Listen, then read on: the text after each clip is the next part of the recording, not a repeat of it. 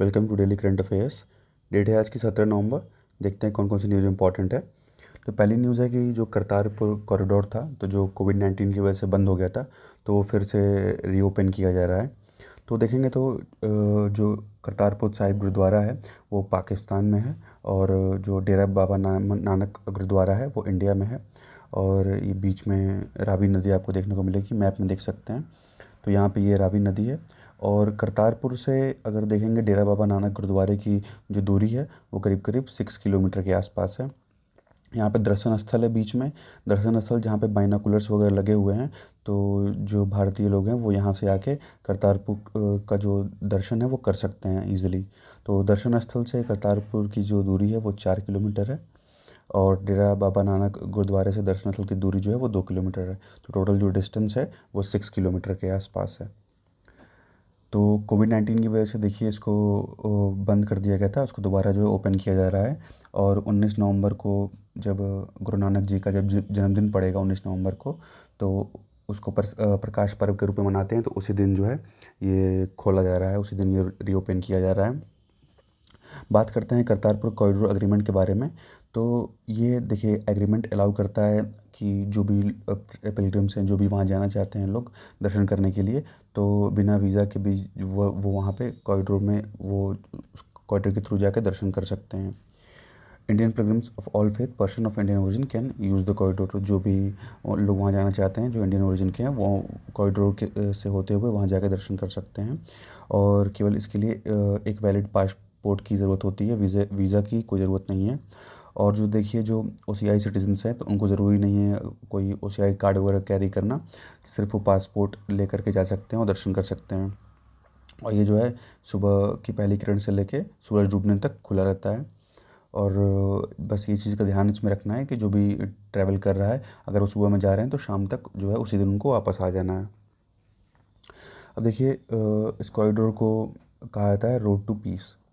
ठीक है, कि एक तरह से ये शांति का जो है वो रोड है। विल कनेक्ट गुरुद्वारा दरबार साहिब इन पाकिस्तान करतारपुर। तो जो कि करतारपुर में है गुरुद्वारा दरबार साहिब। और ये डेरा बाबा नानक श्राइन जो कि गुरदासपुर डिस्ट्रिक्ट में पड़ता है। तो ये दो जगहों का जो दोनों जगहों के बीच में ये कॉरिडोर है। अब देखते हैं क्या इसकी क्या इम्पोर्टेंस है। तो the gurdwara in Kartarpur stand on the bank of Ravi river. तो ये जो रवि नदी है उसके बैंक पे ये उसके किनारे पड़ता है। और about 120 kilometre north east of Lahore. तो अगर लाहौर से देखेंगे तो करीब करीब 120 किलोमीटर जो है वो नॉर्थ ईस्ट में एक करतारपुर गुरुद्वारा है। ये कहा जाता है कि 1539 में यहीं पे जो है गुरु नानक जी की मृत्यु हुई थी, और वो यहाँ पे करीब करीब 18 साल तक रहे थे। तो इसीलिए जो है ये सिख्स के लिए ये बहुत एक इम्पॉर्टेंट प्लेस हो जाता है। The shrine is visible from the Indian side. जो ये श्राइन है ये इंडिया से विजिबल है, as Pakistani authorities generally trim the elephant grass that would otherwise obstruct the view. तो जो पाकिस्तानी अथॉरिटीज़ उनके द्वारा जो है बड़ी घासें हैं तो उसको काट दिया गया है, ट्रिम किया गया है, ताकि जो इजीली लोग बाइनाकुलर के थ्रू भी दर्शन कर सकें। Indian Sikhs gather in large numbers for Darshan from Indian side. ठीक है, ढेर सारे सिख्स लोग जो हैं वो यहाँ दर्शन के लिए इकट्ठा होते हैं। And binoculars are installed at Gurdwara Dera Baba Nanak. तो यहाँ पे जो इंडिया साइड में जो डेरा बाबा नानक गुरुद्वारा है वहाँ पे वहाँ से 4 किलोमीटर की दूरी पे बाइनाकुलर्स वगैरह लगे हुए हैं, जहाँ से करतारपुर गुरुद्वारे को देखा जा सकता है। बात करते हैं करतारपुर कॉरिडोर की। तो it connect the Darbar Sahib gurdwara in Narowal district. तो ये पड़ता है नारोवल डिस्ट्रिक्ट पाकिस्तान में, और ये कनेक्ट करता है डेरा बाबा नानक श्राइन जो कि गुरदासपुर डिस्ट्रिक्ट में है पंजाब में। ठीक है, करतारपुर का मतलब होता है प्लेस ऑफ गॉड, भगवान का जो स्थल है। The first Guru of Sikhism Guru Nanak founded Kartarpur in 1504 AD। तो 1504 AD में गुरु नानक जी के द्वारा जो है इसको फाउंड किया गया था on the right bank of the Ravi river. तो कहाँ पे है, तो ये रवि नदी की जो है उसके किनारे बसा हुआ है। अब देखते हैं इंसेप्शन इसके बारे में। तो the Kartarpur corridor first propose in the early 1990। तो 1999 में जो है जो हमारे पीएम थे अटल बिहारी वाजपेयी जी, तो इनके द्वारा प्रपोज किया गया था। और उस समय पाकिस्तान के जो पीएम थे वो नवाज शरीफ थे। तो दिल्ली से लाहौर के लिए जो बस चली थी, तो उसी के अंतर्गत जो है इसको भी प्रपोज किया गया था। The project is now compare to the fall of the Berlin wall in 1989 as it could help in easing tension between the two countries. तो ये जो है ये प्रोजेक्ट दोनों देशों के बीच में जो टेंशन चल रहे हैं उसको कम करने की तरफ भी एक अच्छा कदम है। अब देखते हैं गुरु नानक जी के बारे में। तो गुरु नानक को हम बाबा नानक भी बोलते हैं, जो सिखिज़्म के फाउंडर हैं, और जो 10 सिख गुरु हैं उसमें से सबसे पहले जो थे वो गुरु नानक जी थे। ठीक है, तो इन्होंने निर्गुण को एडवोकेट किया, जो कि एक फॉर्म ऑफ भक्ति है। ही रिजेक्टेड सेक्रीफाइसेस को रिजेक्ट किया, जो भी रिचुअल बाथ्स होते हैं या ये जो मूर्ति पूजा वगैरह, इमेज की वर्शिप करना, और जो भी हिंदू या मुस्लिम के जो भी स्क्रप्चर्स वगैरह हैं, तो इन्होंने इन सभी चीज़ों को रिजेक्ट किया। He appointed one of his disciples, Angad देखिए इनके एक डिसिपल थे, इसको अपॉइंट किया to succeed him as preceptor, ताकि इनके बाद जो है अंगद जो है इनका स्थान ले सकें। And this practice was followed for nearly 200 years. तो 200 साल तक जो है यही प्रैक्टिस को लोगों ने फॉलो किया। द फिफ्थ प्रिसेप्टर, जो पाँचवें मीन्स जो गुरु नानक जी के बाद जो पाँचवें गुरु आए, Guru Arjan, compiled his hymn along with those of his 4 successors. ठीक है, तो अपने 4 सक्सेसर के साथ मिलके इन्होंने हाइमन फॉर्म किया, जो कि आदि ग्रंथ साहिब में हमें देखने को मिलता है। ठीक है, तो उसमें जो है और भी पोएट्स जैसे बाबा फरीद हैं, रविदास हैं, कबीर जी हैं, तो इन लोगों ने मिलकर जो है आदि ग्रंथ साहिब का एक निर्माण किया, कह सकते हैं। अब देखते हैं कि special courts to try MPs. तो जैसे कि जो एमपीज होते हैं, मेंबर ऑफ पार्लियामेंट होते हैं, जो स्टेट लेजिस्लेटिव असेंबली के जो मेंबर्स होते हैं, तो उनको उनके जो केसेस चलते हैं वो स्पेशल कोर्ट में चलते हैं। तो Supreme Court has decided to examine questions regarding the legal jurisdiction of the special court setup to exclusively prosecute members of parliament and state legislative assemblies for various offences. तो इसी चीज़ को लेकर के अब सुप्रीम कोर्ट ने question उठाया है कि इनके लिए क्यों ये स्पेशल कोर्ट की व्यवस्था की गई है, जो कि नॉर्मल कोर्ट के द्वारा भी किया सकता है। तो अब देखते हैं कि यहाँ पे स्पेशल कोर्ट की क्या ज़रूरत है। तो मोर देन 4000 केसेस जो है, 4000 अधिक से ज़्यादा जो केसेस हैं वो पेंडिंग चल रहे हैं, जो कि जो भी लेजिस्लेटर वगैरह एमपी एमएलए हैं उनके खिलाफ हैं। और उसमें से जो भी अभी देखेंगे, जो इसमें पार्लियामेंट के मेंबर हैं, स्टेट लेजिस्लेटिव असेंबली के जो मेंबर हैं, वो करीब करीब 2556 केस ऐसे हैं जो अभी चल रहे हैं। मींस ऐसे लोग के ऊपर जो कि अभी सिटिंग मेंबर हैं आप पार्लियामेंट या स्टेट लेजिस्लेटिव असेंबली के। The case against the legislator include that of corruption. अब देखिए जो कैसे केसेज हैं, तो करप्शन से, मनी लॉन्ड्रिंग से संबंधित है, डैमेज टू पब्लिक प्रॉपर्टी, जो पब्लिक प्रॉपर्टी है उसको क्षति पहुंचाना, डिफेमिंग करना और चीटिंग वगैरह करना। तो इन सब चीज़ों से संबंधित जो केस हैं वो पेंडिंग चल रहे हैं। A large number of cases were violation of section 188 IPC. तो 188 आईपीसी ये कहता है कि अगर आप कोई पब्लिक सर्वेंट है, आप उसके कोई आदेश का पालन नहीं करते हैं, तो ज़्यादातर जो केसेस पेंडिंग हैं वो सेक्शन 188 आईपीसी से संबंधित है। मींस ये लोग जो हैं वो पब्लिक सर्वेंट के जो ऑर्डर्स होते हैं उनको एक तरह से ओबीडियंस करते हैं, वो फॉलो नहीं करते, तो उससे भी संबंधित केसेस ज़्यादातर पेंडिंग पड़े हुए हैं। Large number of cases were pending at the appearance stage and even non bailable warrants issued by courts have not been executed. तो उसके अलावा देखेंगे तो नॉन बेलेबल जो एनबीडब्ल्यू होता है, वो भी एनबीडब्ल्यू वारंट होता है, जिसमें जो कोर्ट ही आपको बेल देती है। तो ऐसे वारंट्स भी इशू किए गए हैं, लेकिन उसके बाद भी जो है इनको एग्जीक्यूट नहीं किया जा सका है। अब देखिए बिहार की बात करते हैं, तो 89% असेंबली जो कॉन्स्टिट्यूंसीज़ हैं, हर कॉन्स्टिट्यूंसी में 3 या 3 से अधिक ऐसे कैंडिडेट्स हैं जिनके ऊपर क्रिमिनल केसेस चल रहे हैं। ठीक है, तो उन्होंने एफिडेविट भी जमा किया हुआ है इस चीज़ को लेकर के इलेक्शन के टाइम में। ठीक है, लेकिन उसके बावजूद भी जो ये सब चीज़ें हैं, जो मिनिस्टर्स हैं वो भी मीन्स चुनाव वगैरह लड़ते हैं तभी जीतते हैं, इतने क्रिमिनल केसेस पेंडिंग होने के बावजूद भी। अब देखते हैं मद्रास हाई कोर्ट का इस पे एक रूलिंग आया था। तो 3 जज की कमेटी थी मद्रास हाई कोर्ट की, नवंबर 2020 का जजमेंट है। तो उसमें क्वेश्चन किया कि the constitutional validity of setting up special courts to exclusively try MPs and MLAs for various crimes. तो ये कहा गया कि मीन्स एमपी और एमएलए जो हैं उनको ट्रायल करने के लिए स्पेशल कोर्ट की स्थापना करने की क्या ज़रूरत है, स्पेशल कोर्ट बनाने की क्या ज़रूरत है, नॉर्मल के द्वारा भी तो किया जा सकता है। और ये कहा गया कि कोर्ट को ऑफेंस सेंट्रिक होना चाहिए, ना कि ऑफेंडर सेंट्रिक होना चाहिए। ठीक है, special courts can be constituted by a statute not by executive और जुडिशियल फेयर्स। तो जो स्पेशल कोर्ट्स हैं वो एक लॉ के तहत जो है बनाए जाने चाहिए, ना कि एग्जीक्यूटिव या जुडिशियल लॉ के थ्रू वो चीज़ होना चाहिए। तो वो एक सही नियम के थ्रू बनना चाहिए। अब देखिए ये चीज़ें जो हैं वो सिग्निफिकेंट क्यों हैं, इंपॉर्टेंट क्यों हैं। तो बात करें टाइमिंग ऑफ द रिपोर्ट की, तो high court committee report comes in the face of 2017 supreme court order authorising the centre to set up 12 special court. तो इसमें जो 2017 का सुप्रीम कोर्ट ऑर्डर था, तो उसने सेंटर को ऑथराइज़ किया था कि आप 12 जो स्पेशल कोर्ट्स है उसका गठन करिए to try criminal politicians across the country, ताकि जो भी पॉलिटिशियंस हैं जिनके ऊपर क्रिमिनल चार्ज लगा हुआ है उसको ट्राई किया जा उनको उनका जो है ट्रायल उस स्पेशल कोर्ट में चलाया जा सके। It also comes at a time when a three-judge bench of the apex court is looking at a way to expedite these trial pending for years and in some cases for decades। ठीक है, तो इसके लिए तीन जज की bench बनाई गई थी, तो उनके द्वारा ये देखा गया कि कुछ केसेस ऐसे हैं जो सालों से पेंडिंग है, कुछ केसेस ऐसे हैं जो कई दशकों से पेंडिंग चल रहे हैं, लेकिन अभी तक उनका कोई भी निस्तारण नहीं किया गया है। अब देखते हैं स्पेशल कोर्ट से रिलेटेड क्या इश्यूज़ हैं। तो special court deprive the accused of the right to rung of appeal, means एक तरह से ये अपील करने की जो राइट है वो ख़त्म कर देता है, क्योंकि अगर एमपी और एमएलए के केस को देखें तो अगर उनके ऑफेंस को एक मजिस्ट्रेट भी ट्राई कर सकता है। ठीक है, तो अब डायरेक्ट अगर उनका केस जो है वो स्पेशल कोर्ट में चला गया तो मजिस्ट्रेट के पास उनके जो जाने के राइट है वो चीज़ ख़त्म हो जाएगा। या उसके अलावा देखेंगे तो अपने आप को जो डिफेंड करने का जो राइट है वो डिफेंड अपने आप को नहीं कर सकते। ठीक है, वो डायरेक्ट उनका केस जो है स्पेशल कोर्ट में चल रहा है, तो मजिस्ट्रेट के सामने वो अपने आप को डिफेंड नहीं कर सकते, तो ये भी जो उनका राइट है उनको नहीं मिलेगा। अब देखते हैं कि क्या वे आउट है इस चीज़ को लेकर के। तो पहला तो ये है कि जो भी पॉलिटिकल पार्टीज़ हैं तो उसमें अगर ऐसे एमपी या एमएलए हैं तो उनको मीन्स इलेक्शन के पहले जो है वो टिकट ही नहीं देना चाहिए, कि जिनके ऊपर ज़्यादा चार्जेस वगैरह लगे हुए हैं अगर उनको टिकट ना दिया जाए तो सीधी बात है इन सब चीज़ों से बचा जा सकता है।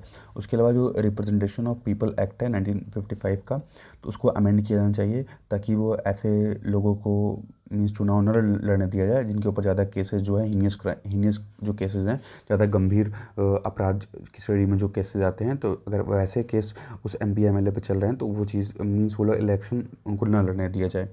तो आरपी एक्ट जो है हमारा रिप्रेजेंटेशन ऑफ पीपल एक्ट, उसको अमेंड करने की ज़रूरत है। उसके अलावा जो फास्ट ट्रैक कोर्ट्स हैं उनको और जल्दी से जल्दी काम करने की यहाँ आवश्यकता है।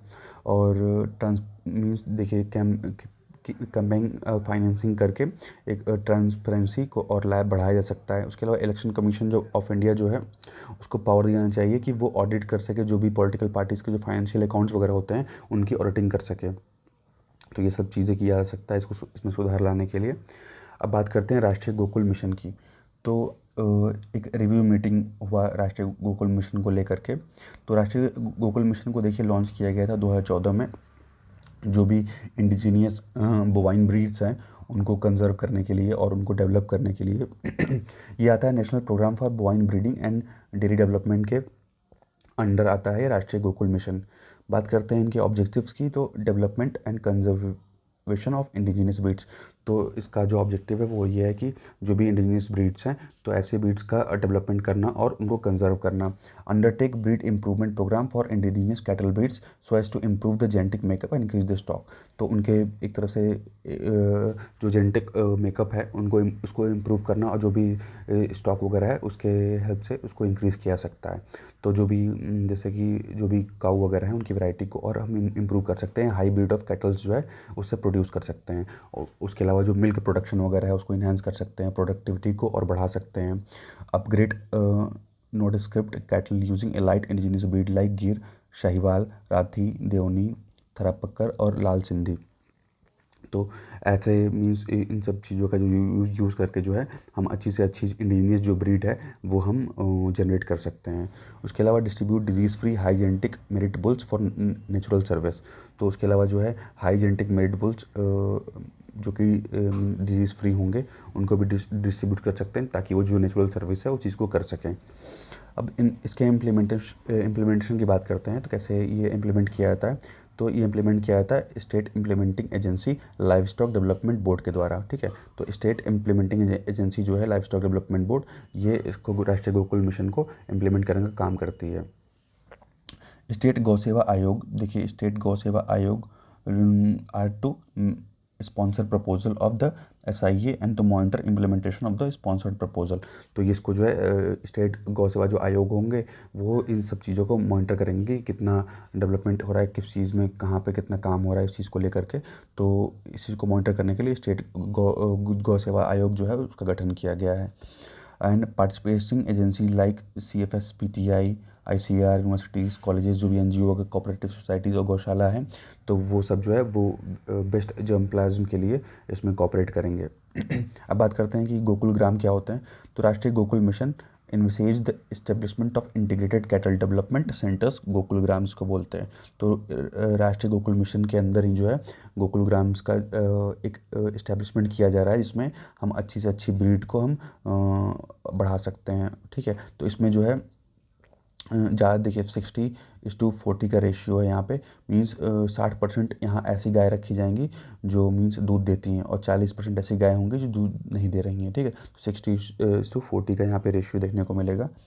और देखिए गोकुल ग्राम कहाँ इस्टेब्लिश किया जाएगा, तो द नेटिव ब्रीडिंग ट्रैक्ट्स, उसके अलावा near metropolitan cities for housing and urban cattle.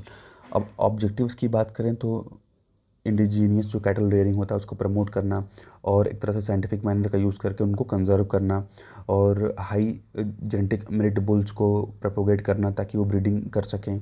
ठीक है, उसके अलावा optimise modern farm management practices, जो भी मॉडर्न फार्म मैनेजमेंट प्रैक्टिसेस हैं उनको और ऑप्टिमाइज़ करना, and to promote common resource management, और जो हमारा कॉमन रिसोर्स मैनेजमेंट है उसको प्रमोट करना, और जो एनिमल वेस्ट वगैरह हैं उनको एक इकोनॉमिक वे में उसको यूटिलाइज़ करना, जैसे काउ डंग या जो काउ यूरिन है उसको एज ए इकोनॉमिक वे में इसको यूटिलाइज़ करना। अब बात करें गोकुल ग्राम के फीचर्स की, तो this will be self sustaining and will generate economic resources from sale of A two milk organic manure.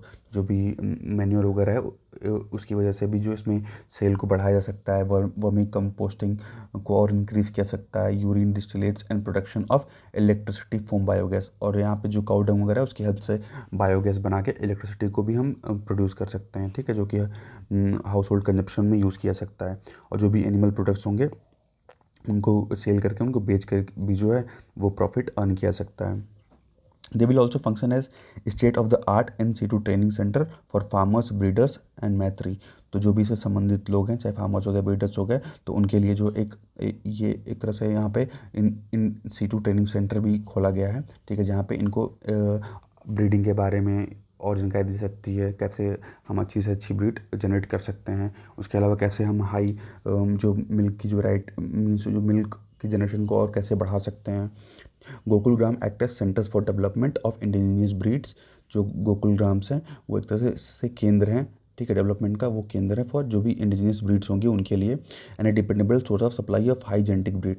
तो एक हाई जेनेटिक ब्रीड के लिए जो है वो एक डिपेंडेबल सोर्स है to the farmers in the breeding track. तो जो भी ब्रीडिंग ट्रैक में जो फार्मर्स इन्वॉल्व हैं उनके लिए एक डिपेंडेबल सोर्स हो सकता है ये।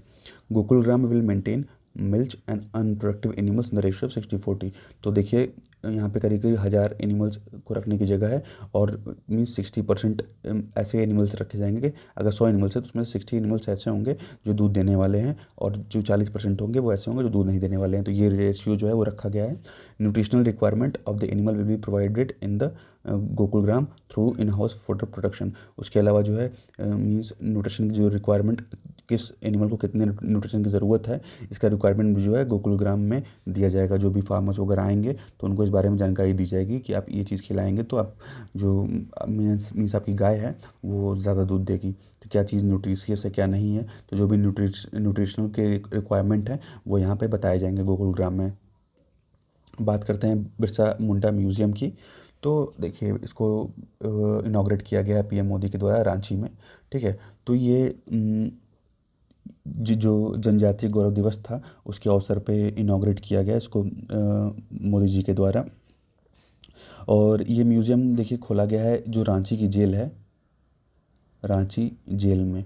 तो रांची जेल में इसलिए खोला गया है क्योंकि बिरसा मुंडा की जो मृत्यु है वो रांची की जेल में ही हुई थी, तो इसी के लिए जो ये म्यूज़ियम है ये रांची की जेल में ही खोला गया है।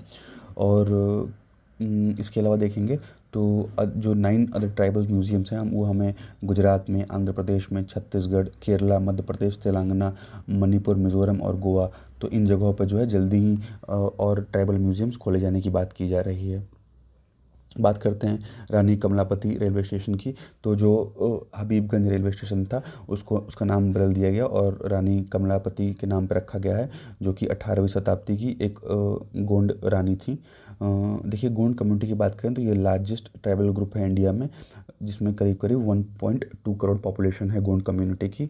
और ये ज़्यादा मध्य प्रदेश, छत्तीसगढ़ और जो झारखंड का इलाका है उस इलाके में फैले हुए हैं। अब हबीबगंज रेलवे स्टेशन जो है वो झारखंड में पड़ता है, ठीक है। हबीबगंज जो है वो झारखंड में पड़ता है, तो हबीबगंज रेलवे स्टेशन का नाम चेंज करके रानी कमलापति रेलवे स्टेशन नाम रखा गया है। अब बात करते हैं क्रिप्टो करेंसी के बारे में। तो प्राइम मिनिस्टर ने एक मीटिंग ली क्रिप्टो करेंसी को लेकर के, और उसके रेगुलेशन के बारे में बात की गई यहाँ पे। तो देखिए जो क्रिप्टो करेंसी होता है वो एक मीडियम ऑफ एक्सचेंज होता है, ठीक है। जो भी इलेक्ट्रॉनिक फॉर्म में हम उसको एक्सचेंज करते हैं तो ब्लॉकचेन के अंडर में वो आता है। और मीन्स देखिए जैसे कि अगर गोल्ड होता है या कोई पेपर फॉर्म की करेंसी है, ठीक है, तो उससे बिल्कुल अलग है क्योंकि वो डिजिटल करेंसी है। क्रिप्टो करेंसी जो है वो एक डिजिटल करेंसी है। जैसे आपको ये बिटकॉइन वगैरह देखने को मिलता है, तो बिटकॉइन भी जो है वो एक क्रिप्टो करेंसी में आता है। इसको कोई भी डिटर्मिनेशन वगैरह कोई भी बैंक वगैरह के द्वारा इसको प्रमाणित नहीं किया गया है, ठीक है। कोई भी फिजिकल फॉर्म में नहीं है और इसकी कोई इंट्रिंसिक कोई वैल्यू नहीं होती है। मीन्स ऐसे इससे ऐसा नहीं है कि आप इससे कुछ सामान वगैरह कुछ खरीद सकते हैं, ठीक है। इसकी कोई वैल्यू नहीं है। जैसे लोग ट्रेडिंग करते हैं तो उसी तरह बिटकॉइन में भी जो क्रिप्टो करेंसी है उसमें भी ट्रेडिंग वगैरह की जाती है। तो इस चीज़ को लेकर के देखिए बिटकॉइन ट्रेडिंग को लेकर के अभी कोई भी नियम कानून वगैरह नहीं है that cover the crypto currency in India. तो अपने इंडिया में क्रिप्टो करेंसी को लेकर के अभी कोई भी नियम कानून नहीं लाया गया है, ठीक है। उसके अलावा बात करें तो 2020 में सुप्रीम कोर्ट ने जब आरबीआई ने क्रिप्टो करेंसी पे बैन लगा दिए थे क्रिप्टो करेंसी की ट्रेडिंग को लेकर के, तो आरबीआई ने उस चीज़ को स्टक डाउन कर दिया था, ठीक है। China has declared all crypto currency transaction illegal. तो चाइना ने जैसे जो भी क्रिप्टो करेंसी के ट्रांजेक्शन है सबको इलीगल डिक्लेयर कर दिया है और एक पूरा कंप्लीट बैन लगा दिया है। लेकिन देखेंगे तो पहली ऐसी कंट्री थी एल सल्वाडोर। तो एल सल्वाडोर पहली ऐसी कंट्री थी जिसने बिटकॉइन को एज ए लीगल टेंडर जो है वो परमिट कर दिया है, परमिशन दे दी है लीगल टेंडर की तरह यूज़ करने की, ठीक है। तो एल सल्वाडोर जो है वो पहली कंट्री है जिसने परमिशन दी है बिटकॉइन यूज़ करने की। अब देखते हैं क्या बेनिफिट्स हैं क्रिप्टो करेंसी से के यूज़ करने लेकर के। तो देखिए फास्ट और चीप ट्रांजेक्शन्स होते हैं, ठीक है। जल्दी से जल्दी मीन्स जो ट्रांजेक्शन होता है क्रिप्टो करेंसी का वो बहुत फास्ट होता है, बहुत सस्ता है। तो cryptocurrency are way cheaper to use execute international transaction because the transaction won't have to be handle by series of intermediaries before they reach their destination. तो जैसे कि बीच में कोई भी एक बिचौलिया नहीं है, तो डायरेक्ट जो ट्रांजेक्शन्स होते हैं वो फास्ट होते हैं और चीप होते हैं। उसके अलावा हम बात करेंगे तो इन्वेस्टमेंट डेस्टिनेशन की, there is limited supply of cryptocurrency. तो हमें एक limited supply of cryptocurrency देखने को मिलती है जिससे गोल्ड की तरह है। Moreover the last few years have seen a price of cryptocurrency rising faster than other financial instruments. अब और किसी इंस्ट्रूमेंट्स के मुकाबले जो है क्रिप्टो करेंसी का जो रेट है वो बहुत तेज़ी से हमें बढ़ते हुए दिख रहा है। और due to this cryptocurrency can become a preferred investment destination. और इस वजह से जो है इतना तेज़ी से इसका रेट बढ़ रहा है, तो इस वजह से जो है एक इन्वेस्टमेंट का यहाँ पे अच्छा डेस्टिनेशन ये क्रिएट कर रहा है। बात करते हैं एंटी इन्फ्लेमेटरी करेंसी की। तो due to high demand of cryptocurrency its prices have largely remained on a growing trajectory. तो धीरे धीरे ये जो है वो इसका जो ग्राफ है वो केवल ऊपर की तरफ ही बढ़ रहा है, ठीक है। नीचे नहीं आ रहा, इससे ऊपर बढ़ता जा रहा है। और ऐसे सिनारियो में जो लोग होंगे वो क्रिप्टो करेंसी को ज़्यादा होल्ड करना चाहेंगे। अब जब किसी अगर वो चीज़ बात है किसी भी चीज़ को इससे अगर पैसे को सिर्फ होल्ड करके रखा जाएगा तो वो कॉज करेगा डिफ्लेशन, ठीक है। मीन्स वो क्या होगा, वो डिक्रीज़ उसकी मीन्स वो जो है वो एक तरह से करेंसी में डिक्रीज़ होने लगेगा, उसकी वैल्यू डिक्रीज़ करने लगेगी। अब बात करते हैं क्या कंसर्न्स है क्रिप्टो करेंसी को लेकर के। तो पहला है बम्बार्टमेंट ऑफ एडवर्टीजमेंट। तो इसको लेकर के क्रिप्टो करेंसी को लेकर के हमें ढेर सारे प्रचार वगैरह ऐड वगैरह देखने को मिलते हैं। Crypto market is seen as a way to earn quick profit. तो ये क्विक प्रॉफिट का जो जरिया एक तरह से है। Due to this there is bombardment of advertisement. तो हमें चाहे ऑनलाइन बोले चाहे ऑफलाइन बोले हर जगह जो है हमें एक एडवर्टीजमेंट का पूरा एक झुंड देखने को मिल रहा है। ढेर सारे इसके ज़्यादा से ज़्यादा जो है एडवर्टीजमेंट क्रिप्टो करेंसी को लेकर के किए जा रहे हैं। However, there are concerns that these are attempt to mislead the youth through over-promising and non-transparent advertising। तो ये भी कहा जा रहा है कि एक तरह से जो नए जनरेशन के लोग हैं उनको मिसलीड किया जा रहा है इस चीज़ को लेकर के, ठीक है। क्योंकि लोगों को ये लगेगा कि इसमें हम इन्वेस्ट करेंगे तो हमें ज़्यादा प्रॉफिट होगा, ठीक है। तो और इस पर कोई गारंटी वगैरह भी नहीं है, कभी भी इसका मार्केट जो है वो गिर सकता है या उठ सकता है, कोई इसमें कुछ कहा नहीं जा सकता। बात करते हैं काउंटर प्रोडक्टिव यूटिलिटी की। तो unregulated crypto markets can become avenues for money laundering and terror financing. तो टेरर फाइनेंसिंग का भी खतरा इससे रहता है। उसके अलावा मनी लॉन्ड्रिंग का जो खतरा है वो भी इस चीज़ के वजह से बढ़ जाता है। Bitcoin skyrocketed US $40,000 to reach in all time high US $65,000। तो देखिए 40,000 से डॉलर से जो है वो 65,000 पहुँच गए जनवरी से केवल अप्रैल में, ठीक है। जनवरी से लेकर के अप्रैल के बीच में ये 40,000 की वैल्यू से लेकर के 65,000 की वैल्यू तक इतनी तेज़ी से ये बढ़ा है। फिर मई 2021 में देखेंगे it plunge into through out the June it remain below the 30,000 और फिर एकाएक वो गिरा तो सीधा 30,000 के नीचे आ गया। बात करते हैं macroeconomic and financial stability की। तो देखिए according to group of crypto exchanges, जो ग्रुप ऑफ क्रिप्टो एक्सचेंजेस है, crores of Indians have invested over, करीब करीब जो है यहाँ पे 6 लाख करोड़ से ऊपर जो है पैसा जो क्रिप्टो करेंसी में इन्वेस्ट किया गया है इंडियंस के द्वारा। The extent of investment exposure of Indian retail investors in this unregulated asset class poses risks of macroeconomic and financial stability। तो जो macroeconomic और जो financial stability है हमारी, उसको भी एक ये रिस्क में डाल सकता है। उसके अलावा स्टॉक मार्केट इशू की बात करें तो security and exchange board of India जो सेबी है has flagged the issue that it has no control over the clearing and settlement of cryptocurrency.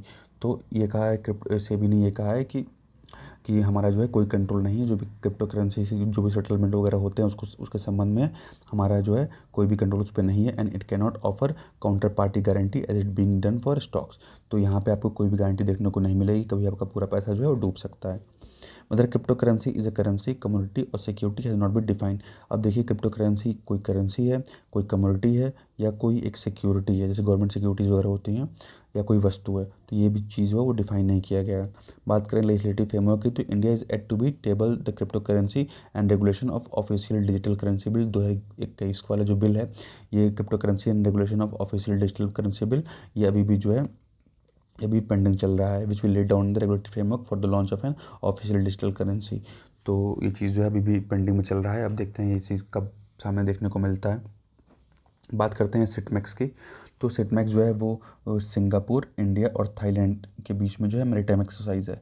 तो सिंगापुर ऐसे हो गया, सिंगापुर, इंडिया और थाईलैंड, और MEX हो गया मैरीटाइम एक्सरसाइज। तो 2021 में जो है ये दोबारा कंडक्ट किया गया है। ये इसका तीसरा एडिशन है। इट इज़ कंडक्टेड एनुअली, ठीक है, ये हर साल होता है। और इसको अनाउंस किया गया था इंडिया के द्वारा जब संगीता डायलॉग हुआ था जून 2018 में, तो उस समय जो इंडिया के द्वारा इसको अनाउंस किया गया था। बात करेंगे तो international institute of strategic studies Shangri La dialogue in Asia's premier defence summit इस वाज लॉन्च इन 2002 में जो है इसको यहाँ पे संगीता डायलॉग जब हुआ था तो उस समय जो एशिया का प्रीमियर डिफेंस समिट था, तो उस टाइम 2002 में इसको लॉन्च किया गया। पहला एडिशन जो सेटमैक्स का है वो हुआ था 2019 में, जो कि इंडियन नेवी के द्वारा होस्ट किया गया था और हुआ था पोर्ट ब्लेयर में। तो 2019 का जो एडिशन था वो 2019 सितंबर में हुआ था, इंडियन नेवी के द्वारा होस्ट किया गया था, पोर्ट ब्लेयर में हुआ था। फिर दूसरा जो इसका एडिशन था वो सिंगापुर ने होस्ट किया 2020 वाला, और जो 2021 वाला एडिशन है इस साल का वो थाईलैंड के द्वारा होस्ट किया गया है। और इसमें जो है टैक्टिकल ट्रेनिंग ड्रिल्स और सरफेस वॉरफेयर एक्सरसाइज जो है इन तीनों के जो सोल्जर्स हैं उनके द्वारा ये चीज़ कंडक्ट किया जाता है। It aim to strengthen mutual confidence. इसकी वजह से जो है एक म्यूचुअल कॉन्फिडेंस जो है वो इंक्रीज़ होता है और एक कॉमन अंडरस्टैंडिंग जो है ये डेवलप करता है। And procedures towards enhancing the overall maritime security, और कैसे हम मैरीटाइम सिक्योरिटी को और इंक्रीज़ कर सकते हैं इस बारे में, और जो है प्रोसीजर्स को हम इन्हांस करते हैं इस चीज़ की वजह से, ठीक है। तो इंडो पैसिफिक रीजन में ये एक्सरसाइज जो है वो कंडक्ट की जाती है। और the exercise is in line with the India SAGAR. तो जैसे इंडिया का सागर जो एक्सरसाइज होता है security and growth for all in the region vision, तो ये उसी लाइन में भी एक एक्सरसाइज है। अब जैसे इंडिया और थाईलैंड के बीच में कई एक्सरसाइज होते हैं, जैसे आर्मी की एक्सरसाइज है मैत्री की, तो इंडिया और थाईलैंड की जो आर्मी है उसके बीच में मैत्री एक्सरसाइज होता है, ठीक है। फिर श्याम भारत होता है एयरफोर्स के बीच में, इंडिया और थाईलैंड के एयरफोर्स के बीच में। उसी तरह इंडो थाई कॉर्पेट जो कि नेवी की एक्सरसाइज है, जो कि अभी जल्दी ही हुआ था। उसके अलावा इंडिया और सिंगापुर के बीच में देखेंगे तो बोल्ड कुरुक्षेत्र जो है आर्मी की एक्सरसाइज, दोनों की आर्मी की जो साथ में ये करते हैं, तो ये बोल्ड कुरुक्षेत्र है। उसके अलावा बात करेंगे तो ज्वाइंट मिलिट्री ट्रेनिंग है, ठीक है, ये एयरफोर्स दोनों इंडिया और सिंगापुर के एयरफोर्स के साथ होता है। और सिम्बेक्स जो है ये नेवी की एक्सरसाइज है। तो आज के लिए बस इतना ही। अगर वीडियो अच्छा लगा हो तो लाइक कर दिए और चैनल को सब्सक्राइब कर लीजिए। Thank you, thanks for watching.